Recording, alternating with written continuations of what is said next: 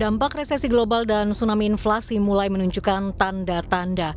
Pasalnya saat ini sektor usaha tengah menghadapi efek domino lonjakan harga-harga yang menaikkan beban biaya perusahaan. Akibatnya perusahaan melakukan efisiensi biaya termasuk dengan pemutusan hubungan kerja. PHK terjadi di sektor manufaktur hingga jasa dari perusahaan besar hingga startup. Menanggapi hal ini, Sekjen Gabungan Perusahaan Ekspor Indonesia (GPEI) mengakui sudah ada beberapa cancel order ekspor dari Eropa. Meski demikian, pihaknya mengaku dampak yang timbul dari resesi global belum signifikan dan baru akan terasa awal tahun depan. Pengusaha masih berupaya melakukan efisiensi tanpa pemutusan hubungan kerja. Kalau sampai saat ini belum ada terpikirkan untuk merumahkan pegawai, tapi pastinya kita sudah mulai melakukan efisiensi dalam produksi, dan memang ini yang terdampak adalah yang manufaktur.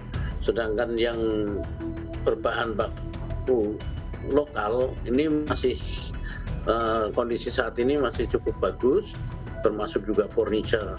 Tapi yang industri-industri dengan bahan baku, manufaktur bahan baku impor segala memang ini mengalami kendala juga karena kurs yang terus rupiah terus terdepresi dan lain sebagainya. Tapi kita masih terus tetap melakukan upaya-upaya efisiensi untuk tidak sampai terdampak sekali. Jadi kita belajar dari beberapa krisis yang lalu, baik itu di 98 maupun di 2008 kemarin. Kita masih terus berusaha untuk bisa survive. Di tengah tsunami inflasi dunia dan ancaman resesi, Indonesia disebut terdampak dari sisi suplai lantaran harga bahan baku meningkat seiring tren kebijakan The Fed yang mendorong pelemahan nilai tukar rupiah, khususnya untuk industri yang bergantung bahan baku impor. Dari sisi demand, Indonesia juga terdampak secara tidak langsung atas gangguan ekonomi yang melanda pasar tradisional ekspor Indonesia di Uni Eropa, Amerika Serikat, dan China.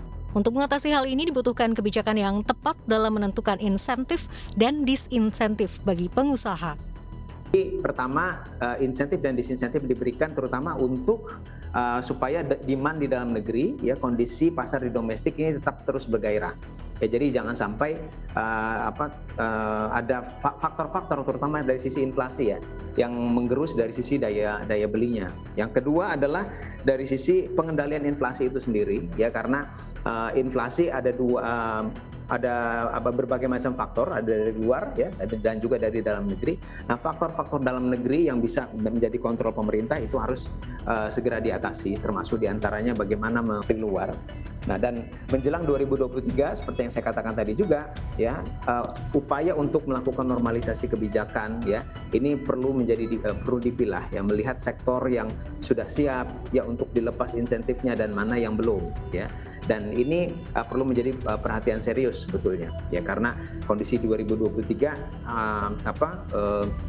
banyak yang mengkhawatirkan. Untuk bertahan di tengah ketidakpastian global, para pengusaha juga berharap pemerintah bisa memberikan sejumlah kebijakan pendukung dari sisi logistik hingga perbankan untuk menyelamatkan industri dalam negeri, termasuk dengan membatasi impor barang jadi. Kita juga butuh insentif dari pemerintah, antara lain mungkin seperti bunga bank. Lalu pemerintah juga bisa menekan high cost logistik di sektor logistik dan lain sebagainya.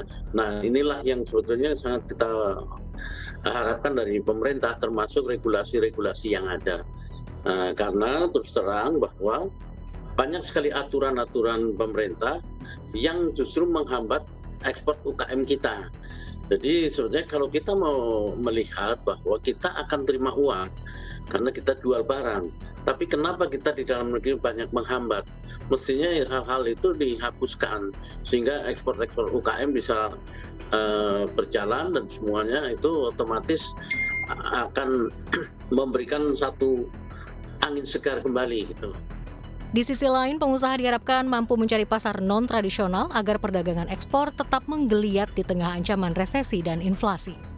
Untuk melihat pasar-pasar non-tradisional, karena awan gelap ini sebetulnya yang paling besar ini dirasakan oleh pasar tradisional yang kita yang besar-besar ya, Amerika, China, Uni Eropa begitu. Jadi memang mau tidak mau perlu lebih mempercepat atau melihat diversifikasi pasar tujuan ekspor ya ke negara-negara lain. Sebetulnya cukup banyak yang potensial gitu ya. Tapi ini perlu memang upaya untuk yang lebih kuat untuk bisa melakukan penetrasi ke pasar tersebut.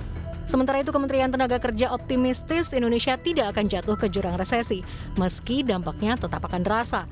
Oleh karena itu, Kemenaker berupaya meningkatkan penyerapan tenaga kerja Indonesia ke luar negeri dan memberikan bantuan kepada 4,8 juta UMKM sebagai tulang punggung ketahanan ekonomi.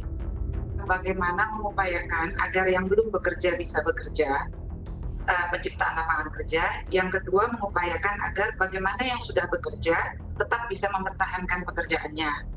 Nah, bagi yang belum bekerja, tentu memang kita harus bantu untuk menciptakan lapangan pekerjaan. Nah, dalam hal ini memang ada dua sektor yang menurut kami sangat potensial untuk didorong agar terbuka peluang kerja. Yang pertama adalah pekerja migran Indonesia ke luar negeri, ya, terutama di sektor-sektor formal. Di tahun paruh semester pertama 2022, itu remitansi dari TKI kita di luar negeri itu mencapai 86 triliun. Itu dari Januari sampai Juni 2022. Arab Saudi dan Malaysia menempati dua posisi tertinggi. Dan peluangnya bukan hanya dari negara-negara yang selama ini sudah ada, tapi juga Australia, Inggris, negara-negara Eropa. Itu memang peluangnya besar dan memang kita harus jajaki bersamaan dengan perlindungannya juga.